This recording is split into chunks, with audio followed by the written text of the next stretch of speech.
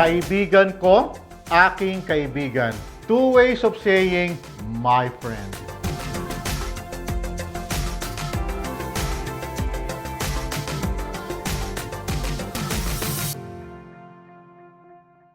Kumusta po kayo? Welcome back to my channel. Let's Go Tagalog, the channel that is dedicated in guiding you in your journey in learning a beautiful language, Tagalog, the language of the Philippines. It's been a while since the last time I talked about the Tagalog personal pronouns, and that is because I had to do several special videos on Filipino Christmas and on Rizal Day. But I am back with the continuation of our discussion on the Tagalog personal pronouns under Group 3. We're done with Group 1 and Group 2 personal pronouns. If you've missed those, just visit my playlist and check out the videos labeled personal pronouns. Now, on to our discussion on Group 3 personal pronouns. Let us review how they are used. Group 3 personal pronouns are used to express possession or ownership of something, to express relationship between people or with living things, which is the topic of this video, to express the location of something, and to use it as the object of a sentence. So, tara, magsimula na tayo. We will discuss how to use Group 3 personal pronouns to express relationship between people or with living things. To do this, we will need to compare it with Group 2 personal pronouns. First, let's take a look at the table of personal pronouns. For Group 2 pronouns, we have ko, natin, namin, mo, ninyo, niya, nila. On the other hand, Group 3 personal pronouns include akin, atin, amin, iyo, inyo, kaniya, kanila. Okay, to appreciate Group 3 personal pronouns, we need to compare it with Group 2 pronouns. Let's do this by saying a very simple Tagalog phrase. Let's say, my friend in Tagalog. You can say this two ways, but be mindful of the pattern. Let's take a look.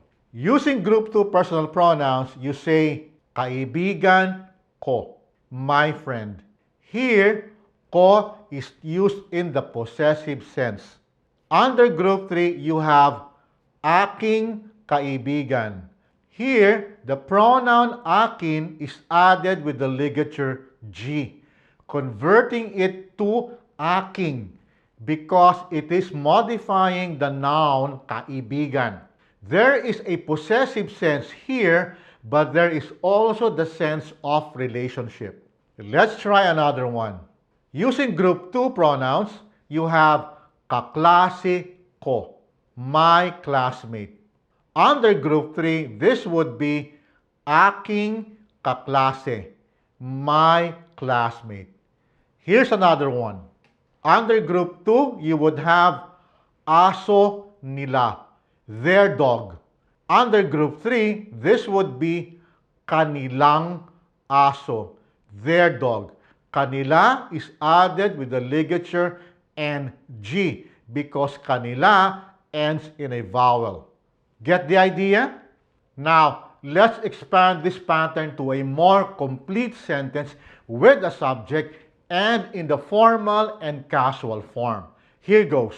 Si Peter ay kaibigan ko. Kaibigan ko si Peter. Si Peter ay aking kaibigan. Aking kaibigan si Peter. Peter is my friend. Si Marie ay kaibigan ko. Kaibigan ko si Marie. Si Marie ay aking kaibigan.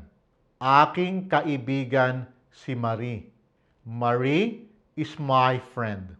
Ayos?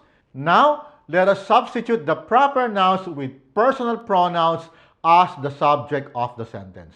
Let's take a look at these examples. Siya ay kaibigan ko.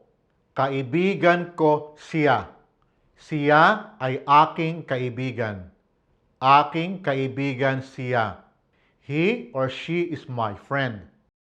Ako ay kaibigan niya. Kaibigan niya ako. Ako ay kaniyang kaibigan. Kaniyang kaibigan ako. I am his or her friend. Ikaw ay kaklase ko. Kaklase ko ikaw.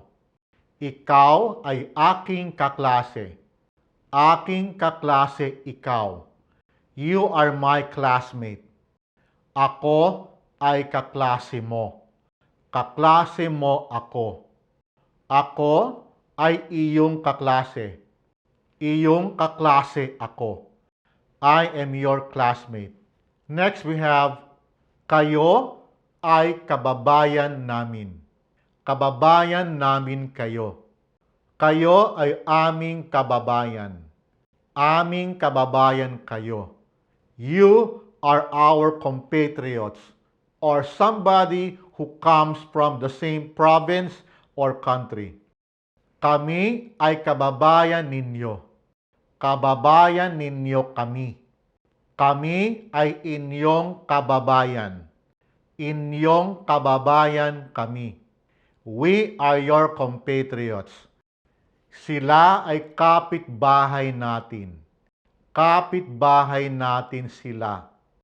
Sila ay ating kapitbahay. Ating kapitbahay sila.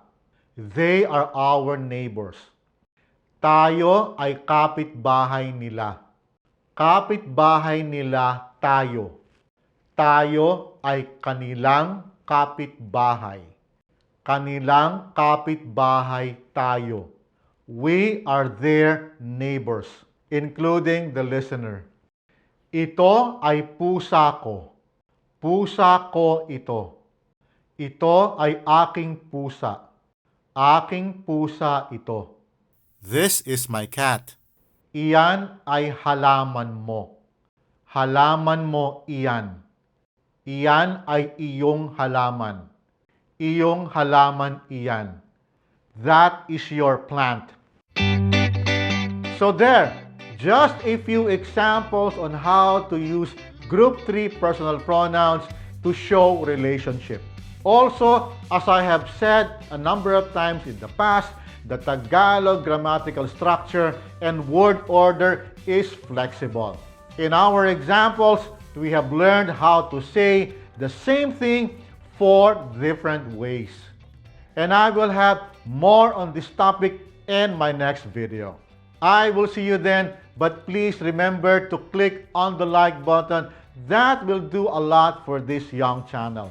Also, if you haven't subscribed yet, please click on the subscribe button and the bell notification button so you will be updated of new contents.